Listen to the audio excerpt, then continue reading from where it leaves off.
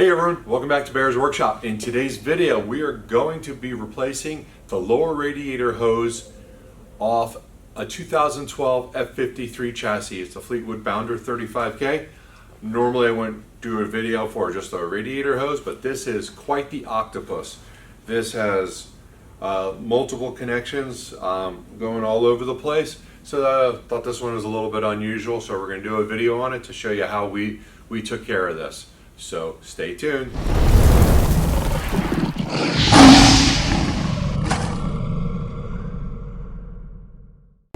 Okay, so this is the hose that we're going to be replacing. Even though this goes to the reservoir, this is the lower radiator hose.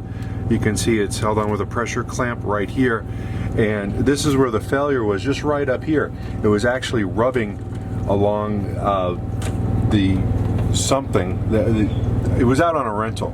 And they ended up having to cut this out a little bit, but it was rubbing on one side and it wore itself a hole just over time, going right back and forth. So they cut out a piece of this, put a pipe in the middle, put the clamps on, otherwise they're going to be stuck in Yellowstone Park until I don't know, so the magical fairy rescued them. So in order to prevent this from popping out again, and it does have a little leak in it still, we're going to replace this hose. I didn't realize this was a lower radiator hose, but this goes all the way down and then through the back here, and we're going to go take a look underneath, and I'll show you where else we have to make these connections for this octopus. Let's take a look underneath. So that hose where I was just showing up top comes down on the right side of the engine, and it meets into this larger diameter hose right here. Connects to the lower radiator right here. This is also with a pressure clamp.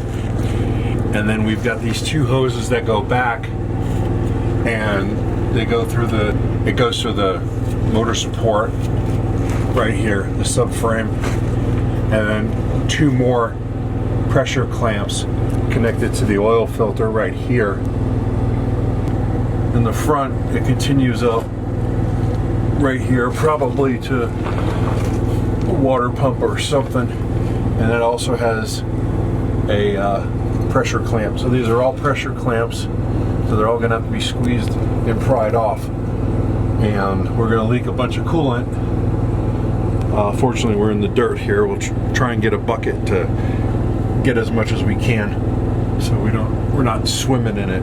But then this is going to need to be pulled out from here this way, and then it lowered and taken out, and then we'll put our new octopus in. All right, hold on. All right, so first I'm going to disconnect the lines that are by the oil filter.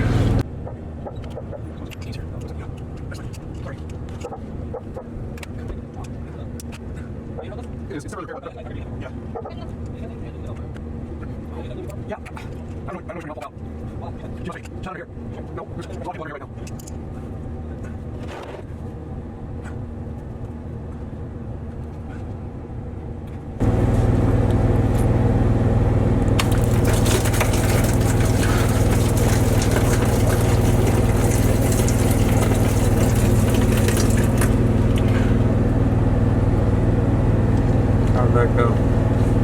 Better than planned. I didn't get it in my face too much.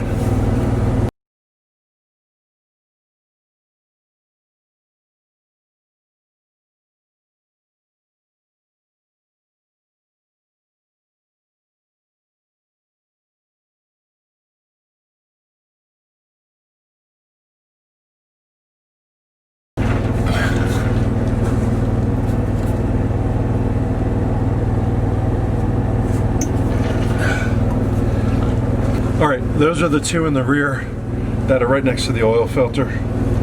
Just assuming that's for some sort of oil cooler. Though I would have thought it would go into some sort of little condenser or something to cool it off, but it just appears to go right into where the oil filter plugs in. Next one we're going to try and get off is this one. This was on the left side of the engine, driver's side. Looks like it goes up to the water pump and then it comes down. So this one is going to be as difficult as the rest will be. They are all going to suck. So it's just a matter of grabbing the clamp, squeezing it, blindfolded of course.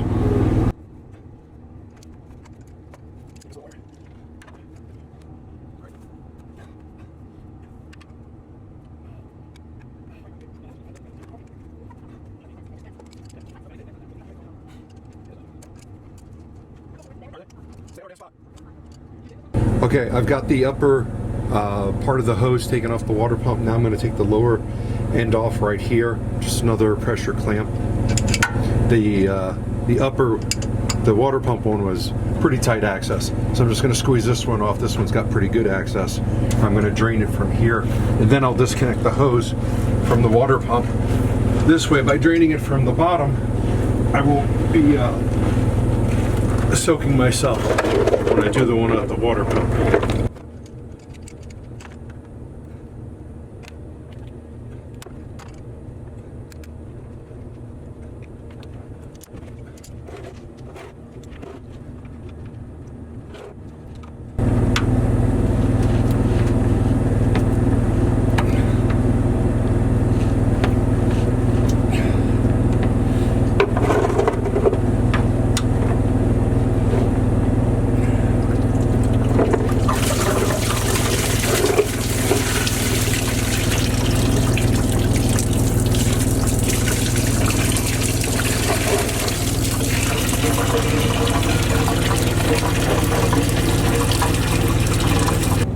This is the top one.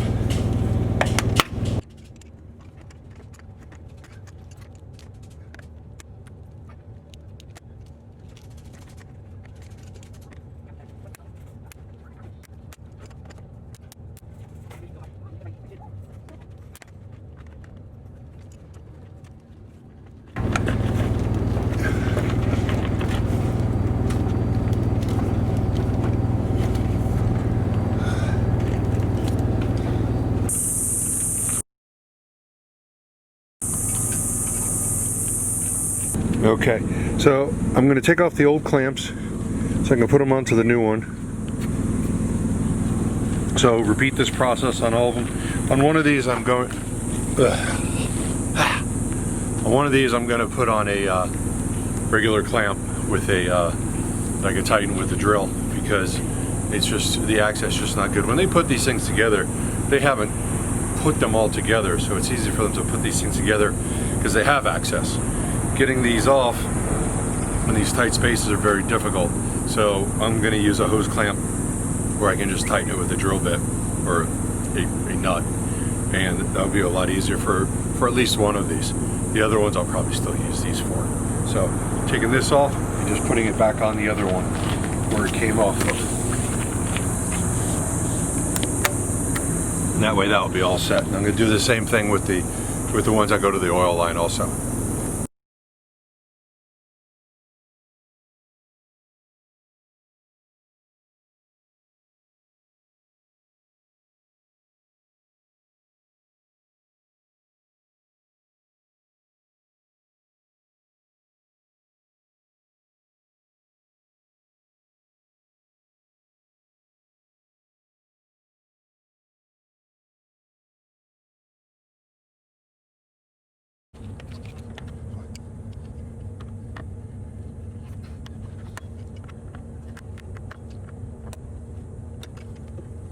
So that concludes getting all the pieces back together. The last thing we need to do is just go ahead, it's hot, and just fill up the coolant. We're looking at 6 gallons. It takes 26.5 quarts, so we're going to throw 6 gallons in there. Probably won't use it all because some of the coolant stayed in the engine, and the rest of it poured out on me and the ground. But we're going to go ahead and get that taken care of and start it up and make sure we don't overheat. Our big test is going to be taking it up into the mountains this weekend. So our conclusion will be right after we've come back from there, just to make sure we didn't get stuck. But I'm going to bring my tools with me just in case. Okay, hey everyone. We made it back from the trip okay. We drove about 120 miles, a lot of it uphill, 7% grades in 105, 110 degree heat. And the hose held up just fine. Absolutely had no overheating issues, and the needle didn't move from where it was supposed to be, so everything worked out great.